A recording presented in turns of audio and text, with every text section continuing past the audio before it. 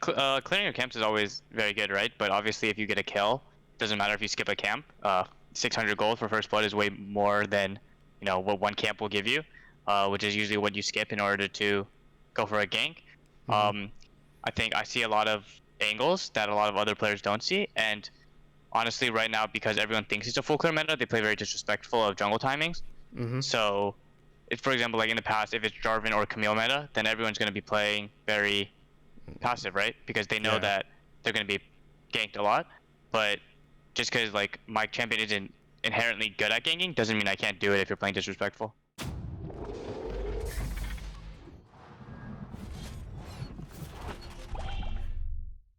This is Azento from Esports Heaven, and I have here with me Blaber, victorious against FlyQuest. Now, I just want to ask from the get-go, you kept ganking Licorice. You got like a beef against him or something, you know? I don't know if I was ganking him that much, at least from what I can remember. But I think later on in the game, it was the only place I could really gank. So I was focusing towards the Aatrox lane to help my Gragas get push. Early on, I actually went bot and flashed on Kaisa, so after that I had to play kind of safe. But I think it was like the only lane I could really pressure after what happened bot and mid. So what do you think, I guess, more about going towards top lane in this current meta and more attention being given towards the top lane? Because this is one of the few times in which, at least in recent times, through all the different metas, to where we've been seeing more attention top lane, from draft resources to junglers. There's just a lot of action up in the top lane. Like, do you have any idea why that is, or maybe that's not the case in your experience?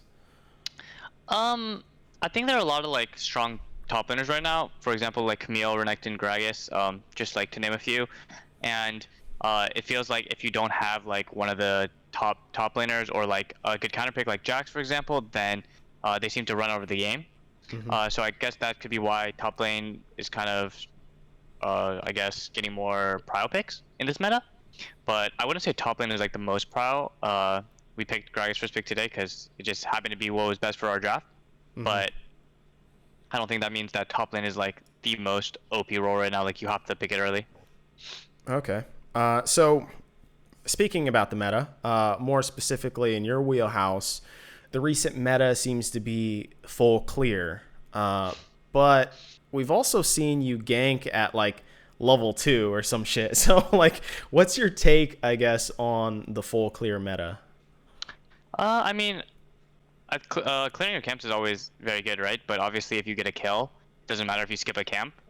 600 gold for first blood is way more than what one camp will give you, which is usually what you skip in order to go for a gank. I think I see a lot of angles that a lot of other players don't see, and honestly, right now, because everyone thinks it's a full clear meta, they play very disrespectful of jungle timings. So, for example, like in the past, if it's Jarvan or Camille meta, then everyone's going to be playing very passive, right? Because they know that they're going to be ganked a lot. But just because like my champion isn't inherently good at ganking doesn't mean I can't do it if you're playing disrespectful. Very smart. And this may seem like a tertiary question, a side question, given that full clears are the meta, but Reignover used to be known as like this jungle route god, Like, do you guys collaborate often to discuss routes? Honestly, a lot of my pathing is just me. I think Reignover really respects my opinion and what I think is best. Very rarely in my career has anyone actually helped me with pathing that I haven't already known or that I didn't realize I was doing something wrong. Obviously, Reignover's been like a big help to me, right, in jungle pathing, and he gives me very good ideas. But I definitely think a lot of what I do is just off instinct, like level 2ing top in the GG game is not something that was ever talked about or practiced. And I just think I'm very creative during the game, but I definitely will give a lot of the credit to Reignover for sure for helping me a lot to split. So your guys' draft was very interesting this game because you went Tristana mid lane. Did you guys get this idea just because he was a former ADC player or some shit? Like what was going on with that? Tristana mid is quite good in the meta right now, actually. I'm not sure if you know, but it's actually a very strong pick in the mid lane. Mm. Um, and it's just the champ that Prox really likes. Obviously, being ADC main in the past will make him better at the champ. So I'm definitely sure that played a little bit into like why he likes playing ADs mid. But regardless, I think Triss is just a good champ in the meta right now, and that's why we picked it. So let's talk about Talia. Initially, I guess it doesn't appear to the layman that her ultimate is that good.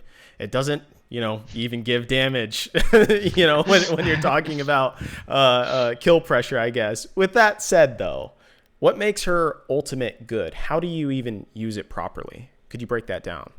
Yeah.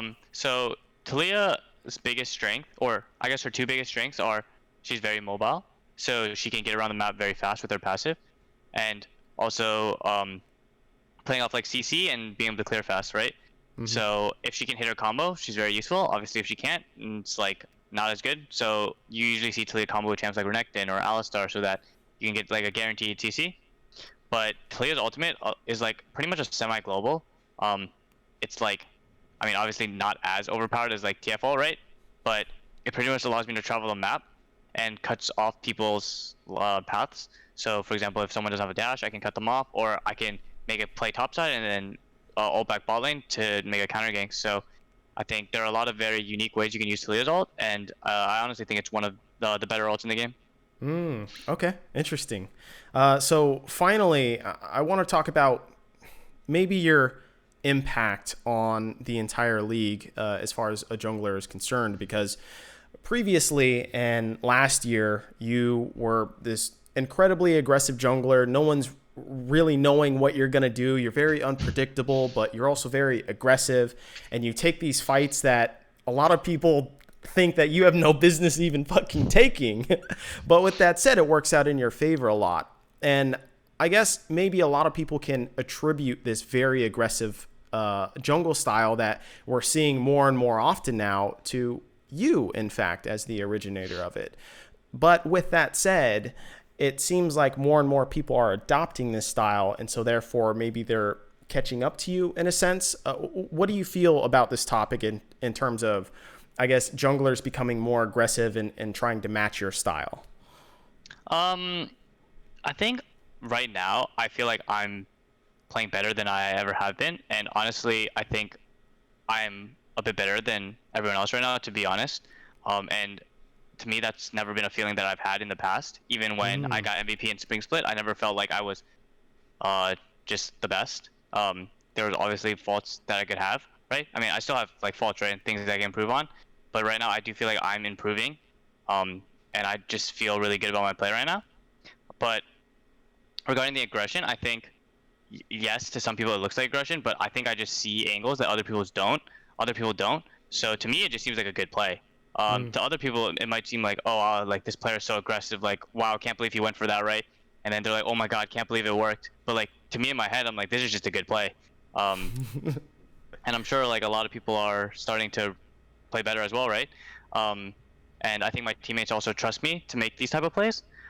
So they're able to follow very easly when I'm calling very aggressively that I think what I'm about to do is good, even if it may look very bad.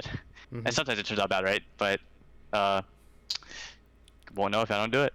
Well, you land up on heads more often than tails, so we'll give you that. Well, this has been Azento from Esports Heaven and Blaber from Cloud9. Thank you very much for your time.